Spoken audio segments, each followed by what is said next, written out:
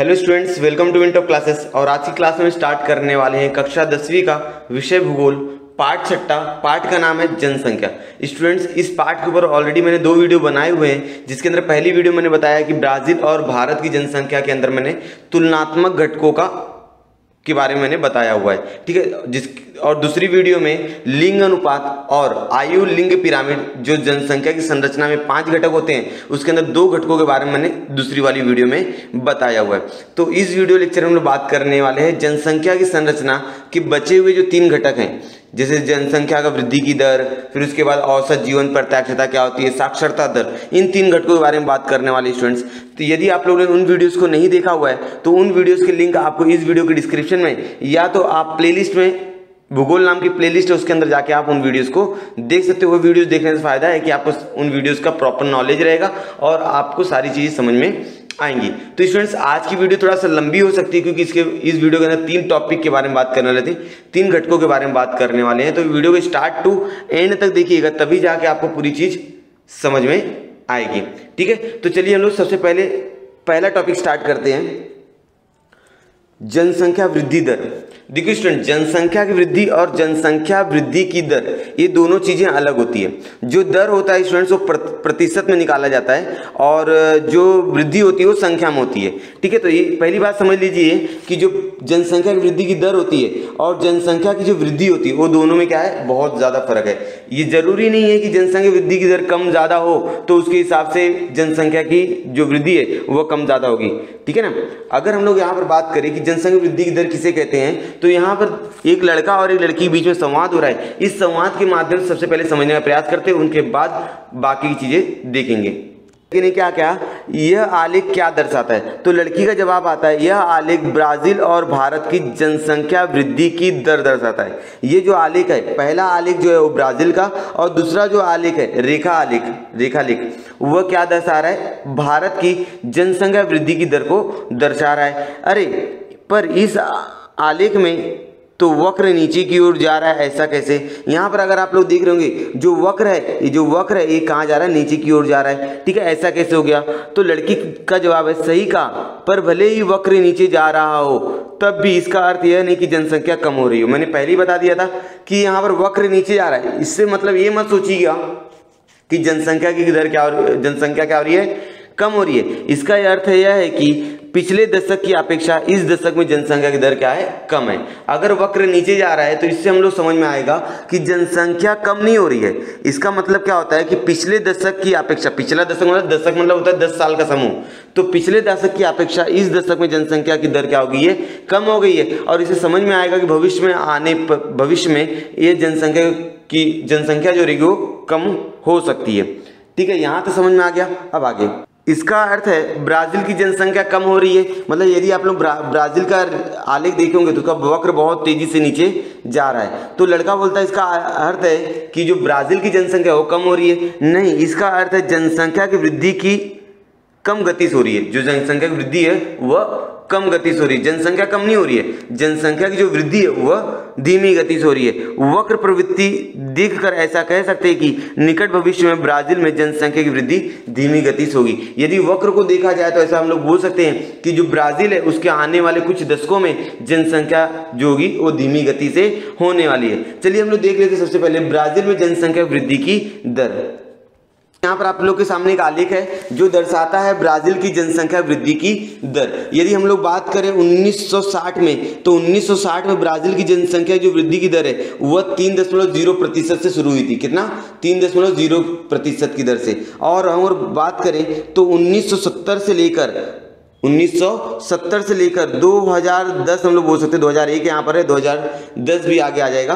तो इन 4 दशकों में जनसंख्या जो निरंतर कम होती गई। देखो निरंतर आपको कम दिखाई देगी। 1970 या 1960 से लेकर 2001 बोलिए, या तो 1970 से लेकर 2010 बोलिए, क्योंकि आखिरी जनगणना जो थी ब्राजील की वो 2010 में की गई थी, ठीक है। इसके अनुसार अगर हम लोग बात करें 1970 से लेकर 2010, यहाँ पर 2001 लिखा है स्टूडेंट्स, लेकिन हम लोग मान लेते हैं 2010 को भी, ठीक है, जिसका आलेख यहाँ पर बताया नहीं है।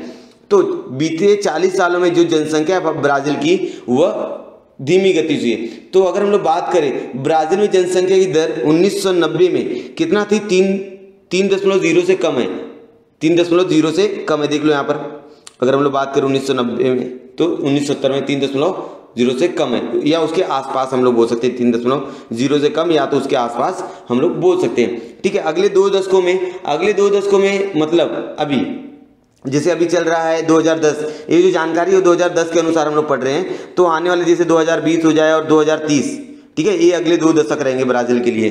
तो इसके अंदर जनसंख्या की वृद्धि की दर जो रहेगी वो बहुत कम हो जाएगी।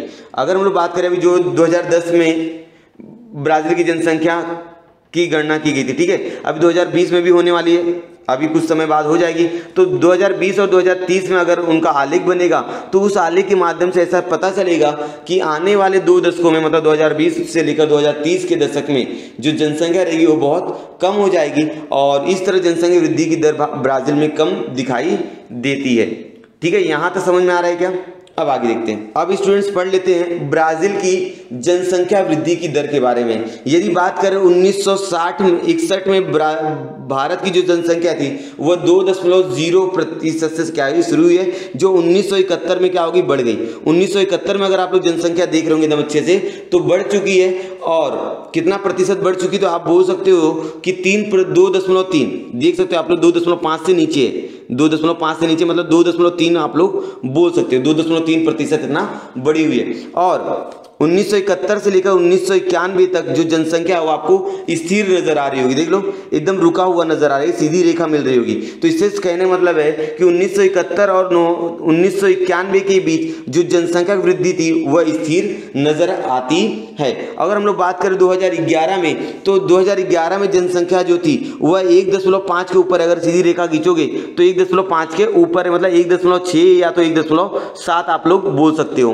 ठीक है, 1.6 नहीं तो 1.7 आप लोग बोल सकते हो, इतनी थी। 2011 में जो जनसंख्या वृद्धि की दर थी वह 1.7 आप लोग बोल सकते हो। ठीक है, ग्राफ बहुत नीचे की तरफ दिख रहा है। इसका मतलब क्या होता है, मृत्यु दर तीव्र गति से हो रहा है। ठीक है ना, भारत में मृत्यु दर क्या है, बहुत तीव्र गति से हो रहा है, और जन्म दर जो है बहुत धीमी गति से हो रहा है, जिसकी वजह से जनसंख्या जो भारत की है वह कभी कम होती है, कभी ज्यादा होती है। ठीक है स्टूडेंट्स, यहां तक समझ में आ गया होगा आप लोग को। यदि हम लोग बात करें तो पूरे विश्व दुनिया में जो जनसंख्या है वह प्रति वर्ष 8.3 करोड़ की दर से क्या हो रही है, बढ़ रही है। 8.3 करोड़ की रफ्तार से क्या हो रही है, बढ़ रही है, जिसको अगर हम लोग प्रतिशत में बदली करेंगे तो 1.1% की दर से पूरे विश्व की जो जनसंख्या है वह तेजी से बढ़ती जा रही है। जब 1807 स्टूडेंट, जब 1800 था, आपको समझ में आ रहा है 1800 ईस्वी सन 1800, तो उस समय पूरे विश्व की जो जनसंख्या, पूरे विश्व की जनसंख्या वह लगभग 1 अरब थी। कितना थी, 1 अरब थी। अभी 2011 के अनुसार, 2017 के अनुसार, 2017 में एक सर्वे किया गया था, उस सर्वे के अनुसार पूरे विश्व की जो जनसंख्या है वह 7.6 अरब है, 7.6 अरब है। इतनी जनसंख्या 2017 के अनुसार है। यदि आपको जानकारी प्राप्त करना है तो इंटरनेट के माध्यम से प्राप्त कर सकते हो कि 2020 में पूरे विश्व की जनसंख्या कितनी अरब है। ठीक है स्टूडेंट्स, यहां तो समझ में आ गया कि आप लोग को। और ऐसा कहा जाता है कि जनसंख्या के हिसाब से जो चीन है वह विश्व में पहले स्थान पर है, लेकिन 2025 तक आते आते भारत की जो जनसंख्या है वह चीन की जनसंख्या को भी पीछे कर देगा। मतलब पूरे विश्व में सबसे अधिक जनसंख्या वाला देश भारत बन सकता है। ठीक है, इसके पीछे अलग अलग कारण हो सकते हैं स्टूडेंट, जनसंख्या बढ़ने के अलग अलग कारण हो सकते हैं। जैसे कुछ कारण हो सकते हैं, जैसे हम लोग बोल सकते हैं कि वहां पर शिक्षा का अभाव होना। जब वहां शिक्षा का अभाव रहेगा तो लोगों को शिक्षा नहीं मिल पाएगी और लोग जागरूक नहीं हो पाएंगे। जागरूकता हो सकती है, गरीबी हो सकती है, गरीबी सबसे ज्यादा असर दे सकती है जनसंख्या की वृद्धि को। ठीक है, ऐसे बहुत सारे अभाव हो सकते हैं, जैसे पिछड़ापन हो सकता है उस देश का। इन सभी कारणों की वजह से जनसंख्या जो हो रही है वो बहुत बढ़ रही है। तो इसको कंट्रोल में कैसे लाया जाए, अगर हम लोग बात करें कि जनसंख्या को यदि आपको कंट्रोल में लाना है तो क्या करना पड़ेगा। सबसे पहले आपको जागरूकता फैलानी पड़ेगी पूरे समाज के अंदर, और जो लड़का और लड़की की जो विवाह की जो उम्र है, यदि उस विवाह की उम्र को बढ़ा दिया जाए तो जनसंख्या की जो गति है उसको रोका जा सकता है। रोका जा सकता है इन द सेंस उसकी गति को कम किया जा सकता है। इस तरह के अगर प्रयास किए जाएं, ठीक है, जन जागरण फैलाया जाए, यदि उनकी जो विवाह की आयु है उनको बढ़ा दिया जाए, ठीक है, शिक्षा, उचित शिक्षा प्राप्त कराई जाए, तो इन सभी कारणों से जनसंख्या वृद्धि को हम लोग कंट्रोल में ला सकते हैं। ठीक है, यहां तक समझ में आ गया कि आप लोग को। चलिए अब इसके नीचे कुछ चीजें लिखी गई है किताब के अंदर, आपको वो पढ़ के समझ लेते हैं हम लोग। स्पष्टीकरण, ब्राजील में जनसंख्या वृद्धि की दर काफी कम हो गई है। सही बात है, ब्राजील का जो हमने आलेख देखा तो बहुत तेजी से नीचे जा रहा था। ठीक है, भारत में ऐसी स्थिति अभी नहीं है, भारत में ऐसी स्थिति अभी नहीं। भारत में जनसंख्या कभी कम होती कभी ज्यादा होती है। 2001 से 2011 के दशक में भारत की जनसंख्या 18 करोड़ बढ़ी है। 2001 में जब जनगणना की गई थी तब लगभग 1 करोड़ थी। ठीक है ना, कितना थी? 1 करोड़ थी। लेकिन जब 2011 में जनगणना की गई तो 118 से लेकर 120 करोड़ जनसंख्या हो गई, 125 करोड़ जिसको कहा जा सकता है। भारत में जनसंख्या वृद्धि की दर 1971 तक थी। ठीक है ना, वृद्धि की दर जो थी 1971 तक, इसके बाद दर स्थिर हुई थी 1971 से लेकर 91 तक जो जनसंख्या की दर थी वो स्थिर दिखाई दी थी। अभी मैंने ऊपर बताया आप लोग को। वर्तमान में जनसंख्या वृद्धि की दर कम हो रही है परंतु जनसंख्या बढ़ रही है। वर्तमान वृद्धि तो कम हो रही है लेकिन जनसंख्या क्या आ रही है? बढ़ती चली जा रही है। ब्राजील में आलेख का निरीक्षण करने पर यह समझ में आता है कि वृद्धि की दर कम हो रही है और आने वाले कुछ दशकों में ब्राजील की जनसंख्या वृद्धि कम होने की संभावना है। यदि स्टूडेंट्स किसी भी देश में जनसंख्या बढ़ती है तो उस देश की जो सरकार है उस देश की सरकार को उन लोगों के लिए रोजगार उपलब्ध करवाना और उनके लिए शिक्षा उपलब्ध करवाना, ठीक है, उनके लिए एक अच्छी जिंदगी उपलब्ध करवाना इस सरकार के लिए सबसे बड़ी चुनौती हो जाती है। ठीक है, यदि सरकार इन चुनौतियों को पूरा नहीं कर पाती है तो वह देश एक गरीबी रेखा की ओर झुकने लग जाता है, जिसकी वजह से प्रति व्यक्ति आय और विश्व भारत की या किसी देश की प्रति व्यक्ति जो देश की जो आय होती है उस पर असर होता है और जो साधन संपदाएं होती हैं उनकी मांग बढ़ती है, जिसकी वजह से देश में गरीबी ज़्यादा फैलती है। ये सभी किसकी वजह से होता है? जनसंख्या की वजह से हो जाता है। ठीक है स्टूडेंट्स, यहाँ तक समझ में आ गया कि आप लोग को? चलिए अब आगे देखते हैं। अगला टॉपिक है स्टूडेंट्स औसत जीवन प्रत्यक्षता। औसत जीवन प्रत्यक्षता का मतलब क्या होता है स्टूडेंट्स? यदि कोई व्यक्ति किसी देश में पैदा होता है तो औसतन वो कितना साल जी सकता है, इसको ही क्या कहा जाता है? औसत जीवन प्रत्यक्षता कही जाती है। अगर कोई व्यक्ति किसी देश में पैदा होता है, जन्म लेता है, तो उस देश में वो कितने साल तक जी सकता है, औसतन कितने साल तक जी सकता है, इसे क्या कहा जाता है? औसत जीवन प्रत्यक्षता कही जाती है। इसके बारे में हम लोग डिटेल में जानकारी प्राप्त करने वाले हैं। सबसे पहले हम लोग ब्राजील की औसत जीवन प्रत्यक्षता को समझने का प्रयास करते हैं। स्टूडेंट्स यहाँ पर आप देख सकते हो कि ब्राजील की जीवन प्रत्यक्षता, ठीक है, इसका ग्राफ आपको दिख रहा है, आलेख आपको दिख रहा है कि 1960 में जो था ब्राजील की जीवन प्रत्यक्षता थी 54 साल। मतलब 1960 में अगर कोई व्यक्ति ब्राजील में पैदा होता है, ठीक है ना, उस समय वह व्यक्ति 54 साल जी सकता है औसतन। उसके बाद धीरे धीरे 1970 में देख लो 59 हो गया, 1980 में देख लीजिए 62 हो गया है, 1990 में देख लीजिए 65 और 2000 में 70, 2010 में 73 और 2016 में 75 वर्ष। ठीक है, यदि कोई व्यक्ति आज ब्राजील में पैदा होता है तो लगभग वो 75 साल तो जी ही सकता है। ये ब्राजील की औसत जीवन प्रत्यक्षता होती है। यह डिपेंड करता है स्टूडेंट्स, यह निर्भर करता है कि वहाँ की समाज की प्रगति कैसी है। जीवन जो प्रत्यक्षता होती है ये कम होगा या ज़्यादा होगा, ठीक है, वह निर्भर करता है उस समाज की प्रगति कैसे होगी, साथ ही साथ वहाँ पर दवाखाना, अस्पताल, ठीक है ना, जितना स्वास्थ्य सुविधाएं उपलब्ध होंगी तो उस व्यक्ति को उतनी ज़्यादा प्रोटेक्शन मिलेगा, उतनी ज़्यादा दवाइयाँ टाइम पे मिलेंगी, जिसकी वजह से उस व्यक्ति को किसी बीमारी, मतलब वो व्यक्ति बहुत कम बीमार होकर मरेगा। ठीक है, इस तरह से। और पौष्टिक आहार, मतलब वो उस देश का जो खाना वो पौष्टिक होगा तो उसकी जीवन प्रत्यक्षता क्या होगी? बढ़ सकती है। यदि पौष्टिक आहार नहीं मिलेगा तो उसकी जीवन प्रत्यक्षता क्या हो जाएगी? कम हो जाएगी। ठीक है, अब समझ लेते हैं भारत के बारे में। यहाँ पर लिखा हुआ है औसत जीवन प्रत्यक्षता भारत 1960 में भारत की जो औसत जीवन प्रत्यक्षता थी वह था 41 वर्ष। मतलब 1960 में यदि कोई व्यक्ति भारत में पैदा होता था तो वह 41 साल तक जी सकता था, क्योंकि उस समय बहुत ज़्यादा गरीबी और साधन संपदाओं की ज़्यादा उपलब्ध न होने की वजह से बहुत लोग अलग अलग बीमारियों की वजह से भी क्या होते थे? मर जाते थे। ठीक है, आज लेकिन भारत ने बहुत ज़्यादा तरक्की की है चिकित्सा के क्षेत्र में, मेडिकल के क्षेत्र में, दवाखाने के क्षेत्र में, अस्पताल के क्षेत्र में, जिसकी वजह से आज भारत की जो औसत जीवन प्रत्यक्षता है वह बढ़कर 68 हो चुकी है। जो 1970 में 48 थी, 1980 में 54 और 1990 में 58, 2000 में यदि आप लोग जैसे 63 वर्ष है और 2010 में 67 वर्ष है और अभी कितना हो गया? 68 वर्ष हो गया। मतलब अभी के समय यदि व्यक्ति कोई भारत में पैदा होता है तो वह लगभग औसतन 68 वर्ष तक जी ही सकता है। ठीक है। ये सब किसकी वजह से हुआ है? ये सब भारत में समाज की प्रगति और चिकित्सा क्षेत्र में किए गए कार्य की वजह से भारत में ये सारी चीजें मुमकिन हुई है। और ऐसा कहा जाता है कि आने वाले कुछ दशकों में भारत की जो औसत जीवन प्रतिशतता है वह और बढ़ जाएगी, लगभग 80% हो सकती है, ठीक है। एक सर्वेक्षण के अनुसार सबसे अधिक जो जीवन प्रतिशतता है वो कौन से देश की है? तो जापान, स्विट्जरलैंड, सैन मरीनो, इनकी जीवन प्रतिशतता जो है वो 43 वर्ष है। एक सर्वेक्षण के अनुसार सबसे अधिक जीवन प्रतिशतता पूरे विश्व में जापान, स्विट्जरलैंड, सैन मरीनो, इन देशों की जीवन प्रतिशतता जो है वो 43 वर्ष है। और सबसे कम जीवन प्रतिशतता पूरे देश में अगर बात करें पूरे विश्व में तो वह है सिएरा लियोन।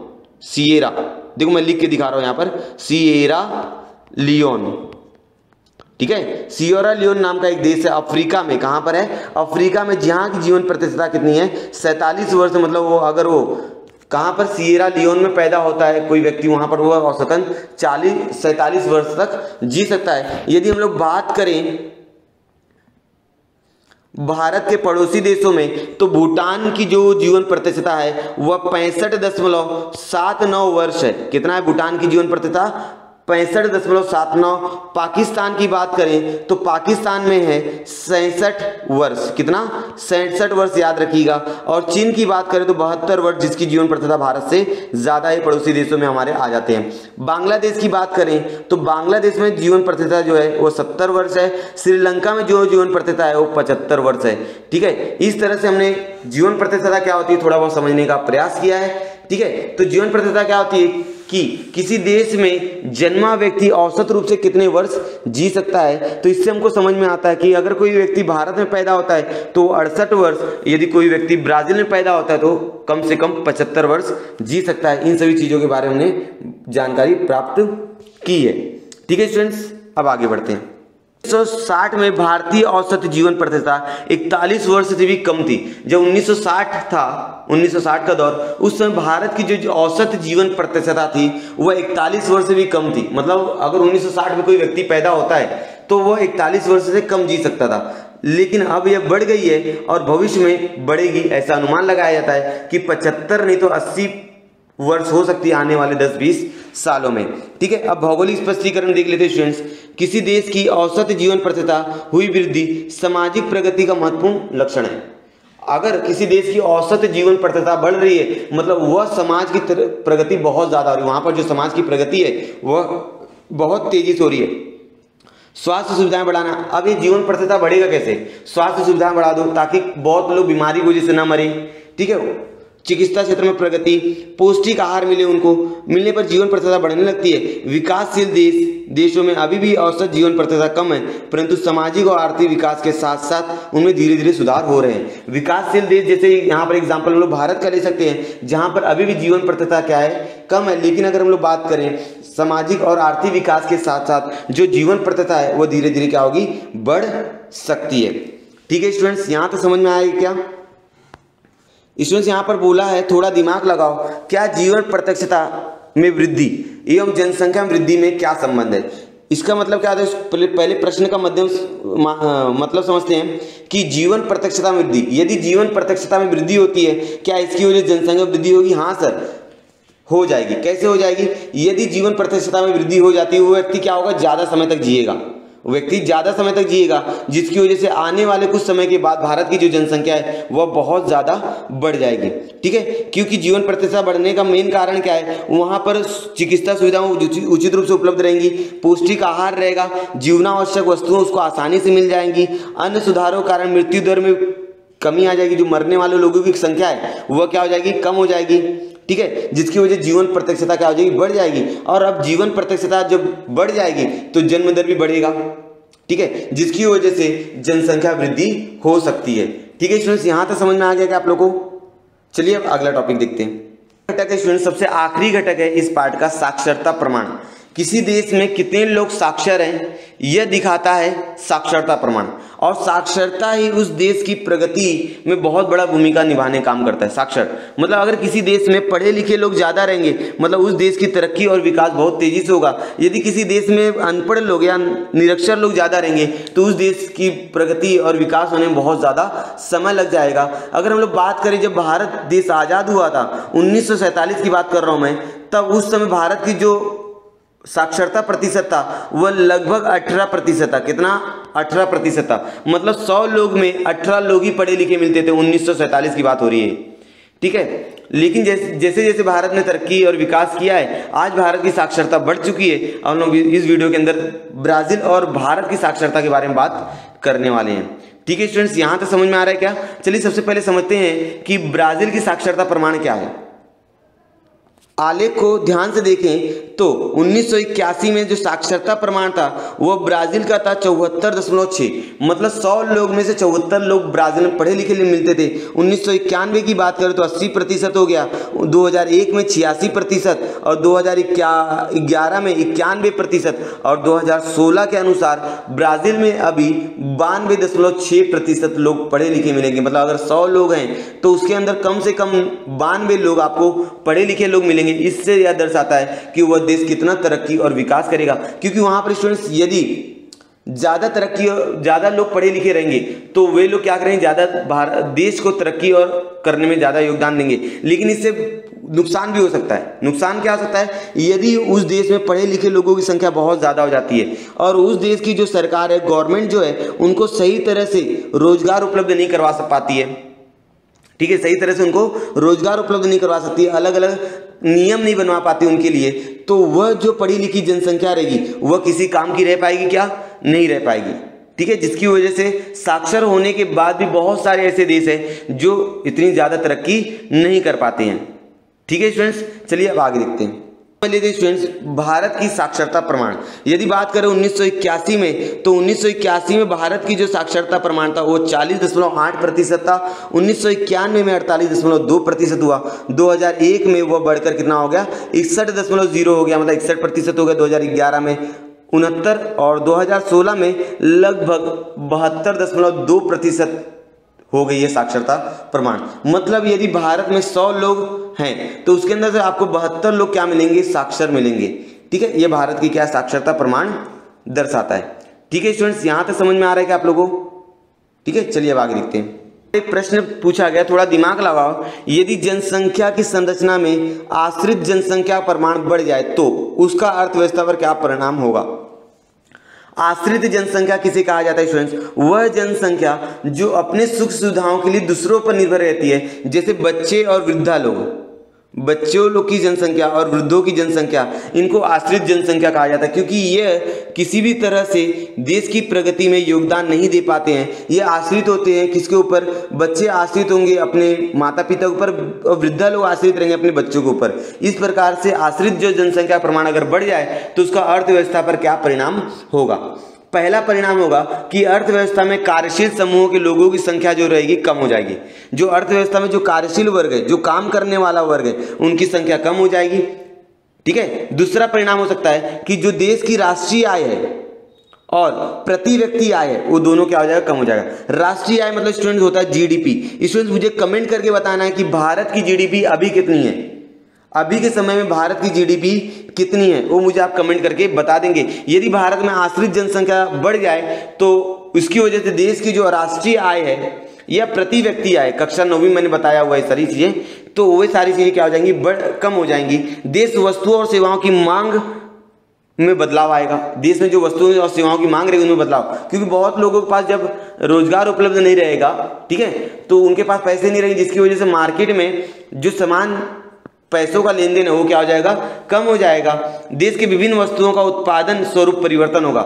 जिस देश में अलग अलग जगहों पर जो उत्पादन स्वरूप उनमें क्या हो जाएगा? परिवर्तन आ जाएगा और अर्थव्यवस्था में क्या होगा? गतिरोध होगा और वह देश बहुत तेजी से प्रगति नहीं कर पाएगा। यही कारण है कि आश्रित जनसंख्या का अगर प्रमाण बढ़ा तो इसका कारण है कि उस अर्थव्यवस्था की जो गति है, तरक्की की जो गति, विकास की जो गति, उसमें प्रतिरोध उत्पन्न हो सकता है।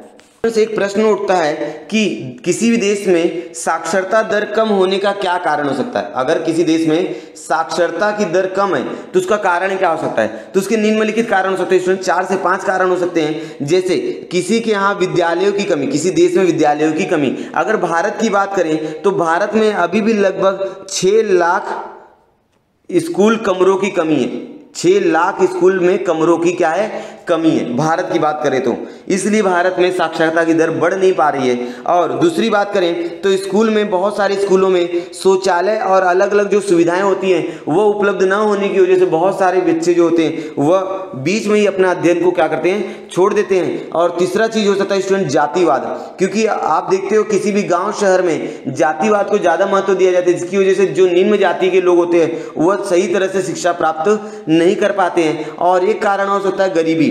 गरीबी की वजह से हर एक माँ बाप क्या चाहेगा कि उसके घर में जल्दी से क्या है, पैसे आए, उसका बच्चा पढ़े या लिखे ना। ये नहीं सोचता है गरीब परिवार, वो अपने बच्चों को पढ़ाने की बजाय काम धंधे में लगाने का प्रयास करता है। और सबसे महत्वपूर्ण बात, जागरूकता की कमी। हमारे समाज में जागरूकता की कमी होती है, जिसकी वजह से क्या होता है कि साक्षरता की दर क्या होती है, कम हो जाती है। जागरूक होना मतलब हम लोग को पढ़ाई से कोई जागरूकता नहीं होती है, ठीक है, क्योंकि हमारे आसपास ऐसे लोग नहीं होते हैं जो पढ़े लिखे लोग होते हैं, जिसकी वजह से हमारा माहौल ढल पाए। तो जागरूकता की कमी होने की वजह से और जो पेरेंट्स होते हैं उनकी अनजान प्रवृत्ति की वजह से या उनकी जातिवाद की वजह से, उनके पिछड़ापन की वजह से इस सारी चीज़ों में साक्षरता में कमी आ सकती है। ठीक है स्टूडेंट्स, यहाँ तक समझ में आ रहा है कि आप लोगों को, ठीक है। अब और कुछ चीज़ें जान लेते हैं। बताया क्या आप जानते हैं, ऑलरेडी स्टूडेंट्स मैंने इनके बारे में जानकारी दे दी है, फिर भी मैं एक बार आपको पढ़ के बता देता हूँ। भारत में जनगणना कार्यालय द्वारा 10 वर्ष में जनगणना की जाती है। आप सभी को मालूम है भारत में जो जनगणना कार्यालय है वह हर 10 वर्ष के बाद क्या करता है, जनगणना करता है। जनगणना मतलब जनता की गिनती करना, गणना मतलब गिनती करना। IBGE Brazilian institute of graphic and statistics द्वारा हर 10 वर्ष में जनगणना की जाती है। ब्राजील की भी, जैसे भारत की हर 10 साल बाद जनगणना की जाती है, उसी तरह ब्राजील की भी हर 10 साल के बाद जनगणना की जाती है। दोनों देशों का पहला जनगणना 1972 में हुआ था। भारत की जनगणना दशक के प्रारंभ में होती है, ठीक है ना। आप सभी को मालूम है किसी भारत में जो जनगणना है वह दशक के प्रारंभ में होती है और ब्राजील में जो जनगणना है वह दशक के अंत में होती है। तो स्टूडेंट्स इस तरह से मैंने बता दिया कि जनसंख्या वृद्धि की दर किसे कहा जाता है, औसत जीवन प्रत्यक्षता किसे कहते हैं, ठीक है। इन सभी चीज़ों के बारे में समझ में आ गया होगा आप लोग को। यदि स्टूडेंट्स आप लोग पूरी वीडियो पसंद आई है तो वीडियो को प्लीज़ लाइक कीजिए और चैनल को अभी तक आप लोगों ने सब्सक्राइब नहीं किया, प्लीज़ चैनल को सब्सक्राइब कर दीजिए। अपने दोस्तों के साथ वीडियो को शेयर कीजिए और मैंने जो वीडियो के अंदर प्रश्न पूछे, इन प्रश्नों को उत्तर आप लोगों को कमेंट सेक्शन में कमेंट करके बताना है। और मुझे आप कमेंट करके ये भी बता सकते हो कि आपको मेरा पढ़ाना पसंद आ रहा है कि नहीं और आपको वीडियो कैसी लग रही है, ठीक है। तो मिलते हैं नेक्स्ट वीडियो में, तब तक के लिए धन्यवाद।